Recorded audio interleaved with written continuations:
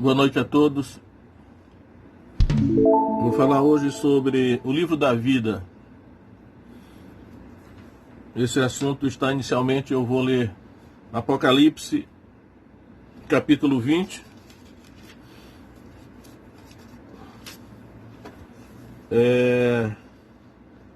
Versículos 11 em diante. Então diz assim: E vi um grande trono branco, e o que estava sentado sobre ele, de cuja presença fugiu a terra e o céu, e não se achou lugar para eles. E vi os mortos, grandes e pequenos, que estavam diante de Deus, e abriram-se os livros, e abriu-se outro livro, que é o da vida. E os mortos foram julgados pelas coisas que estavam escritas nos livros, segundo as suas obras. Deu o mar aos mortos que nele havia.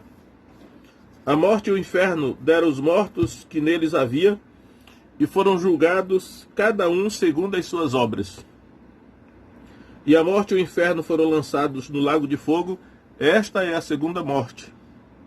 E aquele que não foi achado escrito no livro da vida foi lançado no lago de fogo. Então aqui fala, em primeiro lugar, fala de livros no plural. Diz aí: abriram-se os livros. Então são vários livros. E esses livros que foram abertos é chamado aqui, que é o livro das obras. Né? Os mortos foram julgados pelas coisas que estavam escritas nos livros, segundo as suas obras. Então,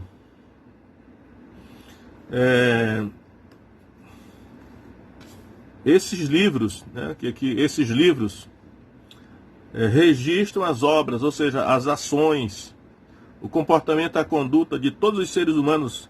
Né? Tudo indica que o comportamento dos seres humanos estão sendo diariamente registrados em um livro, ou, aliás, em livros, né? Está no plural, livros. E por isso a gente entende quando Jesus disse assim: até de uma palavra fútil que os homens proferirem, hão de dar conta dela no dia do juízo. Então, essas obras que estão sendo escritas nestes livros são como que uma espécie de libelo acusatório, e que serão abertos estes livros no dia do juízo. E cada ser humano vai prestar conta diante de Deus. Aqui fala do grande trono branco, pelas coisas que estão escritas nos livros. É o julgamento pelas obras, né? Então, a menção a esses livros ainda aparece uma vez na Bíblia, em Daniel 7:9. Eu vou ler o texto de Daniel. Daniel 7:9 diz o seguinte: a visão de Daniel, capítulo 7, diz assim: 7:9. Eu continuei olhando até que foram postos uns tronos, e um ancião de dia se assentou. A sua veste era branca como a neve, e o cabelo da sua cabeça como a pura lã. O seu trono era de chamas de fogo, e as suas rodas de fogo ardente. Um rio de fogo manava e saía diante dele. Milhares o serviam, e milhões de milhões assistiam diante dele. Assentou-se o juízo e abriram-se os livros. A mesma cena que João registrou em Apocalipse, Daniel viu. Né? Assentou-se o juízo e abriram-se os livros. E aqui Daniel não dá os detalhes desse julgamento do grande trono branco. Mas é necessário que todos os seres humanos saibam que tudo o que fazemos ou deixamos de fazer estão sendo anotados em livros. Imagino eu que deve ser os anjos que estão anotando isso. e que esses livros serão abertos no dia do juízo. Na verdade, o dia do juízo será um dia de um grande julgamento, né? Então, inicialmente é o que eu tinha a dizer a respeito dos livros, os livros das obras. Aí seria como que, se alguém pudesse justificar naquele dia de tudo que tiver feito ou deixado de fazer diante de Deus, então essa pessoa não seria condenada. Mas como sabemos que a Bíblia diz que nenhum ser humano vai passar ou vai ser absolvido nesse julgamento, todos que foram julgados pelas coisas que estão escritas nos livros serão condenados, né? E aqui Apocalipse 20, ele diz aí: e os mortos foram julgados pelas coisas que estavam escritas nos livros, segundo as suas obras. Aí diz aí: a morte e o inferno foram lançados no lago de fogo. Esta é a segunda morte, né? Lançados no lago de fogo. Então, a condenação aqui que a Bíblia apresenta para esse julgamento das obras, pelas coisas que estão escritas nos livros, é ser lançado no lago de fogo. Aqui não é pena de prisão, nem pena pecuniária, né? Nem pena de açoites, como às vezes a Bíblia... eu creio que na legislação penal humana de nenhuma nação existe essa pena, ser lançado no lago de fogo. Em algumas ocasiões a Bíblia fala de um lago que arde com fogo e enxofre, e é um sofrimento eterno. Então, aquelas pessoas que acham que isso aqui é figurado, é simbólico, alegórico, a minha opinião é que é literal, né? É uma advertência, Deus avisa primeiro, a fim de que nos preparemos para esse grande julgamento que vai acontecer. Agora, como o meu tema é o livro da vida, eu quero falar um pouco a respeito do livro da vida. Aqui está dizendo assim, que abriram-se os livros e abriu-se outro livro que é o da vida. Agora ele está falando no singular, né? Existe um livro chamado Livro da Vida. E aí ele vai dizer assim: e aquele que não foi achado escrito no livro da vida foi lançado no lago de fogo. Então esse livro da vida é um livro, eu até diria o seguinte: o livro da vida é um livro da anotação de nomes, é como que um livro de genealogias, né? Nomes estão anotados, escritos neste livro da vida. Enquanto que os livros das obras é um livro do registro de feitos, de obras, feitos, de ações humanas, ou até omissões. O livro da vida é o nome de nomes, né? E aí já dá a entender que para esses cujos nomes estão escritos no livro da vida, o que eles fizeram ou deixaram de fazer foi apagado, né? Não importa o que eles fizeram, isso não é importante, mas se o nome está lá, né? Então o critério do julgamento final para esses será o nome constar no livro da vida. Então esse livro da vida, ele é mencionado algumas vezes em outros textos. Eu gostaria de citar um texto lá do Antigo Testamento, que é Êxodo 32, né? Êxodo capítulo 32, versículo 32. Diz assim: Moisés está falando com Deus, diante da apostasia de Israel, que logo após sair do Egito, fez o bezerro de ouro para adorar. Então Moisés agora, como intercessor, intercede perante Deus em favor do povo. Aí ele diz o seguinte: agora, pois, perdoa o seu pecado. Se não, risca-me, peço-te do teu livro que tens escrito. Moisés sabia que havia esse livro, o livro da vida, né? Agora, pois, perdoa o seu pecado, ou seja, do povo. Se não, risca-me, peço-te do teu livro que tens escrito. E a resposta de Deus para Moisés foi essa: Então disse o Senhor a Moisés: aquele que pecar contra mim, a este riscarei do meu livro.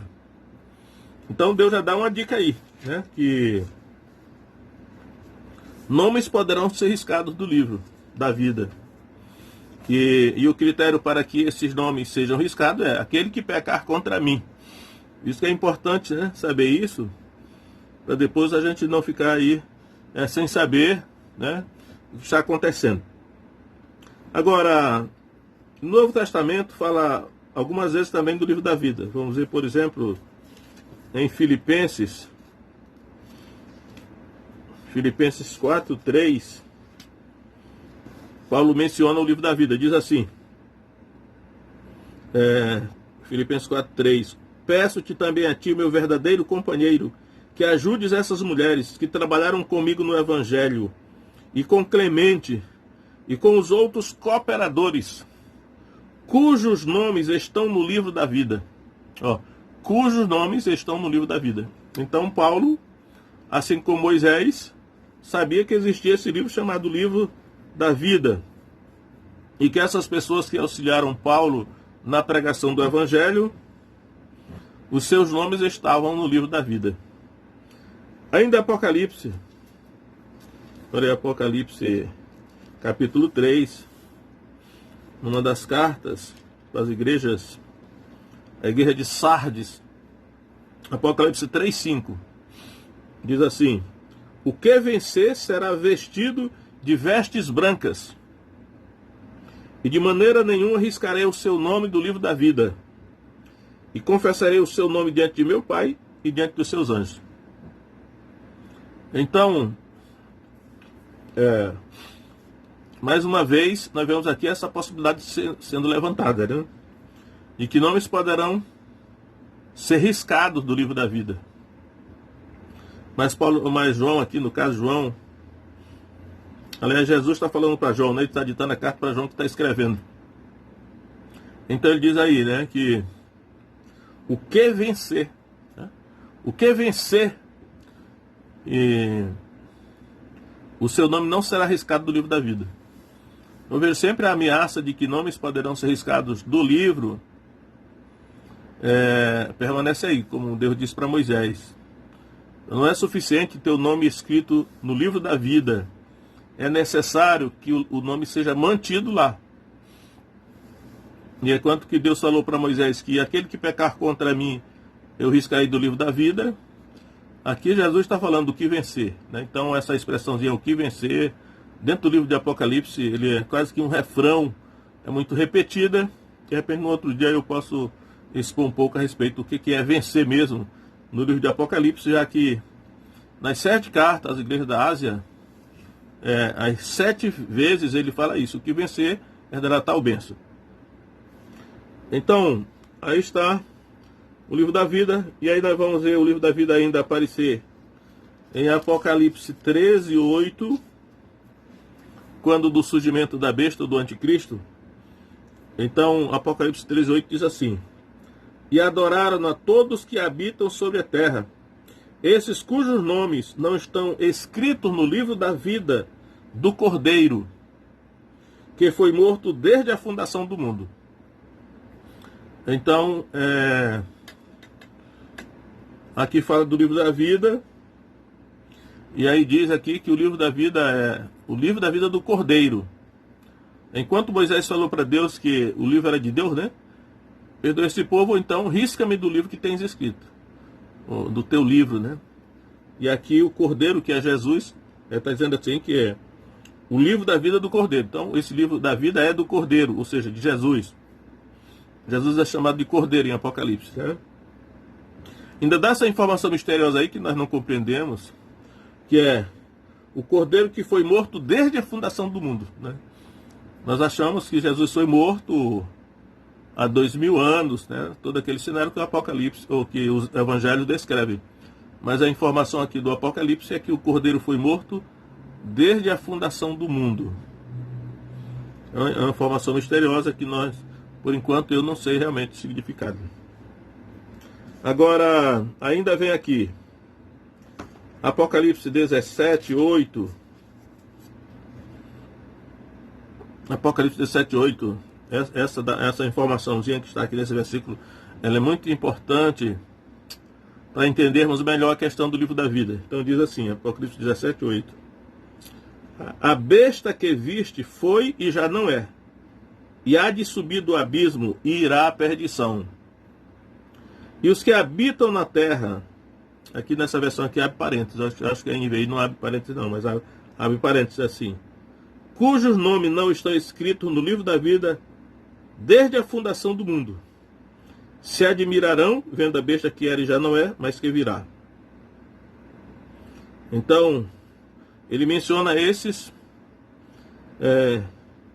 cujos nomes não estão escritos no livro da vida desde a fundação do mundo. Então é mais outra, é uma informaçãozinha aqui muito importante. Disse.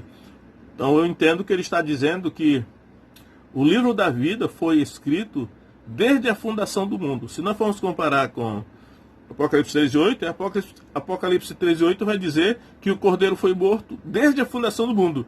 E aqui 17:8 está dizendo que o livro da vida foi escrito desde a fundação do mundo. Então, são coisas que às vezes nós não entendemos, né? Às vezes a gente procura dar uma explicação, mas para dar uma explicação insegura, né? Até forçando alguns princípios aí, acho temerário isso. Mas vamos tentar entender, né? O certo é que com essa informação é que o livro da vida foi escrito desde a fundação do mundo. Essa é a questão que está aí, né? E esse livro da vida ainda é mencionado em Apocalipse 21:7. Vamos ver aqui. Apocalipse 21:27, aliás. Apocalipse 21:27. Né, que vai dizer assim: e não entrará nela, ou seja, na santa cidade de Jerusalém, a nova Jerusalém, né? E não entrará nela coisa alguma que contamine e cometa abominação e mentira, mas só os que estão inscritos no livro da vida do Cordeiro. Então essa nova Jerusalém que desce do céu, que é a igreja, também aqui a gente fica difícil de entender algumas coisas, mas ele diz aqui, só os que estão inscritos no livro da vida do Cordeiro é que entrarão nessa cidade. Que não entrarão nela nada que contamine, coisa alguma que contamine, e cometa abominação e mentira, só os que estão escritos no livro da vida do Cordeiro. Então, são importantes essas considerações sobre o livro da vida, porque ao longo da minha vida cristã, eu tenho ouvido pregadores, talvez eu mesmo tenha feito isso no começo, né? Algumas vezes a gente acaba herdando alguma tradição, repetindo o que ouvimos, às vezes sem ir conferir se essas coisas são realmente assim, né? Na Bíblia, como os bereanos faziam, para conferir, aferir a doutrina de Paulo pela Escritura, né? Mas quando a gente vai começar a conferir na Escritura, a gente descobre que algumas coisas não estavam certas que nos ensinaram. Então, o que eu vejo aqui é o seguinte, que como eu vi algumas vezes pregadores fazerem assim: prega o evangelho, chama as pessoas para vir à frente, para aceitar Jesus, elas vêm, e aí a pessoa diz assim: vou orar agora, né? Aí diz assim: Senhor, abençoa essas pessoas que aceitaram Jesus hoje, levantaram a mão, vieram à frente, agora escreve o nome delas no livro da vida. E aí essa afirmaçãozinha aí, escreve o nome delas no livro da vida, eu até hoje não achei o embasamento bíblico para essa afirmação, né? É muito difícil a gente entender algumas coisas, mas também colocar a cor da nossa própria cabeça é temerário também, né? Então eu vou dizer algumas coisas aqui. Por exemplo, algumas conclusões a respeito desse livro da vida são as seguintes que eu cheguei. Primeiro, que eu já falei que o livro da vida é um livro de nomes, como na genealogia, né? Constam nomes. Nós vemos que quando o povo de Israel retornou do cativeiro babilônico, no livro de Esdras e Neemias, que eles foram consultar os livros da genealogia, principalmente para os sacerdotes, eles descobriram que alguns que exerciam o sacerdócio não constavam na genealogia como sendo da família de Arão, que era a tribo sacerdotal, né? E alguns foram desqualificados por isso. Então, esse livro da vida é um livro de genealogia. Nomes constarão nesse livro, né? Em contraste com o livro das obras, que constarão os feitos, né? Então, parece aquele versículo assim: que ouve a minha palavra e crê naquele que me enviou, tem a vida eterna, não entrará em juízo, mas passou da morte para a vida. Foi um dos primeiros versículos que eu, novo convertido, aprendi, porque no evangelismo, né, a gente citava muito isso aí. E realmente a palavra aí, ela não entrará em juízo ou em condenação, né? O sentido no original é tanto faz juízo como condenação, mesmo a palavra no grego não entrará em juízo, que significa então que nesse caso aqui, esse grande juiz que vem no plano branco aqui, essa pessoa cujo nome estiver no livro da vida, ela não entrará em condenação porque os seus feitos terão sido apagados, né? O perdão dos pecados. Eu tive hoje ainda até examinando a palavra remissão, que aparece várias vezes no Novo Testamento. Ela significa isso também, né? Os seus pecados serão apagados e não haverá memória deles, não haverá lembrança, o registro vai ser cancelado. Por isso que esses que estão no livro da vida, não constará nada sobre eles nos livros das obras, né? Os seus malfeitos, seus pecados terão sido apagados, mas o seu nome, só apenas o nome constará do livro da vida. É por isso que ele diz lá em Apocalipse 20:15: e aquele que não foi achado escrito no livro da vida foi lançado no lago de fogo. Então, o livro da vida é um livro de nomes, como uma genealogia, né? A outra coisa que se vê aqui foi escrito desde a fundação do mundo. Foi escrito desde a fundação do mundo. Se ele foi escrito desde a fundação do mundo, entendo eu que... E aí vem a questão. Eu não vi na Bíblia nada que nomes poderão ser acrescentados. Eu não vi nenhuma parte da Bíblia que nomes poderão ser acrescentados. Se alguém me mostrar na Bíblia, em algum lugar onde diga que nomes foram acrescentados ao livro, posso até mudar de ideia. Mas, por enquanto, eu não vejo nenhuma parte da Bíblia que nomes poderão ser acrescentados ao livro da vida. Como conciliar isso com as demais doutrinas é uma coisa que a gente tem que fazer, né?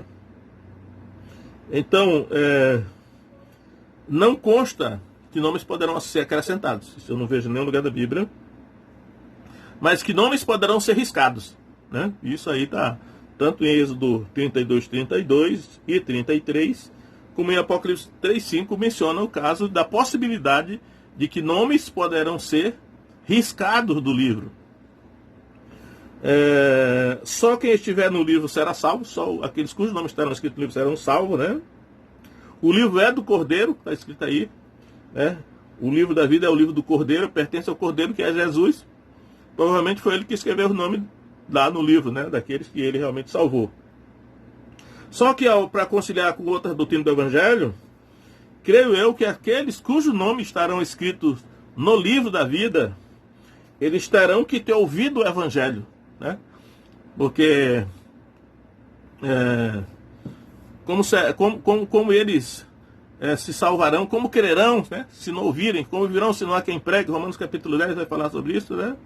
Então, aqueles cujos nomes estarão no livro da vida terão que ter ouvido o Evangelho. Daí que entra a responsabilidade da igreja. Nós, como igreja, por exemplo, aí a área de missões, ela geralmente entra muito nessa questão aí, de que os nomes que estão escritos no livro da vida estão espalhados em todas as nações. Nós não sabemos quem são. Então a função da igreja é pregar o Evangelho para que aqueles cujos nomes estão escritos no livro da vida sejam alcançados. Porque assim, se aqueles cujos nomes não estão escritos no livro da vida não ouviram o Evangelho e não responderem positivamente ao Evangelho, eles serão salvos? Tudo indica que não, né? Por isso que é uma urgência muito grande sempre de que haja a pregação do Evangelho, né, para e de por todo mundo pregar o evangelho a toda criatura, entra nisso aí. Só que os que ouvirem terão que responder. Vamos imaginar o seguinte: o nome de a pessoa está no livro da vida, porque foi desde a fundação do mundo, que ele foi escrito desde a fundação do mundo. E aí essa pessoa ouviu o evangelho, mas aí, e agora vai depender dela responder positivamente. Eu sei que entra um problema sério, novamente, entra aquele problema entre calvinismo e arminianismo, mas a questão não é essa, a questão é que diz a Escritura, né? Quando eu vejo, por exemplo, em Atos 7,51, quando Estevão diz: homens de dura cerviz, incircuncisos de coração e ouvido, vós sempre resistis ao Espírito Santo, assim vós sois como vossos pais.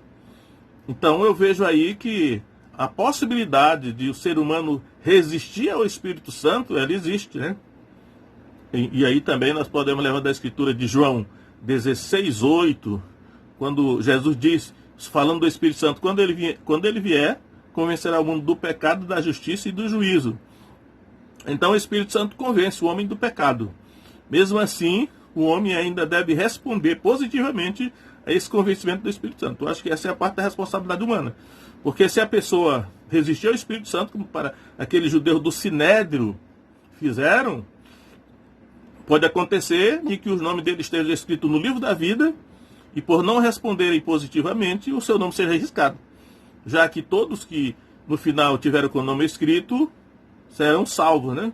Não serão lançados no lago de fogo. Então aí entra essas duas possibilidades. Tanto a responsabilidade da igreja em levar a mensagem, porque se a igreja também falhar em levar a mensagem, aqueles cujos nomes estão escritos no livro da vida não ouvirão a mensagem. E se não ouvirem, serão salvos? Pode ser que não. Aí é a responsabilidade da igreja, né? E mesmo se a igreja consiga levar o evangelho, e aqueles ouvirão o evangelho, mas mesmo sob convicção do Espírito Santo, tiver a liberdade de resistir, que aí eu vejo que a pessoa tem sim liberdade de resistir ao Espírito Santo, então essa ainda não será salva, acredito eu, para conciliar essa doutrina. Eu creio que é isso aí, né? É por isso que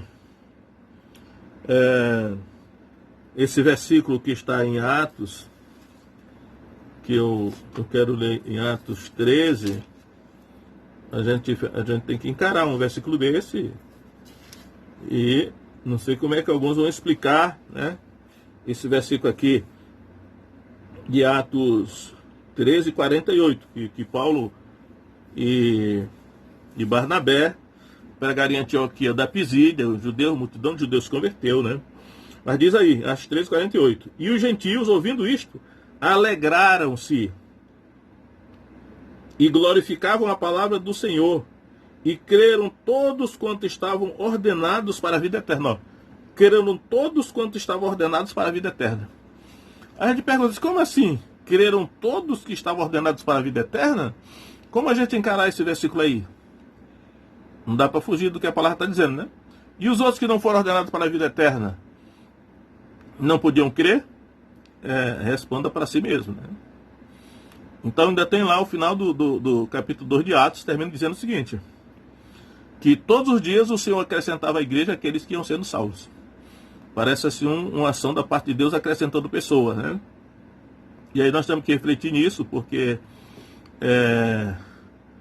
o Espírito Santo deve estar no processo da evangelização, porque o Espírito Santo precisa convencer as pessoas do pecado, da justiça e do juízo. E mesmo que o Espírito Santo convença e a pessoa resista e rejeite, mas a responsabilidade será dela, né? E aí eu digo, esses, até onde eu posso entender essa questão do livro da vida, terão seus nomes riscados no livro da vida. Agora, continuo afirmando, não vejo em nenhum parte da Bíblia que nomes possam ser acrescentados ao livro da vida. Isso eu não vejo. Eu não posso honestamente, né, concordar em dizer que nomes poderão ser acrescentados. Não posso fazer isso porque não vejo nenhuma parte da Bíblia essa possibilidade. Mas deixo no ar, né? Está em aberto, porque tem muitas coisas da Bíblia que também nós não sabemos. A interpretação infalível da Bíblia eu acho que não está com ninguém, só o Espírito Santo sabe, né? Aquilo que nós podemos saber, vamos levar em consideração. Então, eu deixo aí essa mensagem sobre o livro da vida. Se certifique que Você está fazendo a sua parte se o seu nome está no livro da vida. Se você foi alcançado pela pregação do Evangelho, então se esforce para que o seu nome não seja riscado, porque o perigo que pode rondar a igreja é esse, de nomes serem riscados do livro da vida, que essa possibilidade está aí na Bíblia, né? Nos esforçar para alcançar os outros com a evangelização ou missões, sempre com o Espírito Santo, tem que estar no processo, porque se ele não convencer, ninguém será salvo, e nos esforçando também para que nosso nome não seja riscado pelo nosso pecado, como disse lá em Êxodo, ou pela nossa derrota. Apocalipse usa essa linguagem. O que vencer, de maneira nenhuma riscaria o seu nome do livro da vida. Olha aí.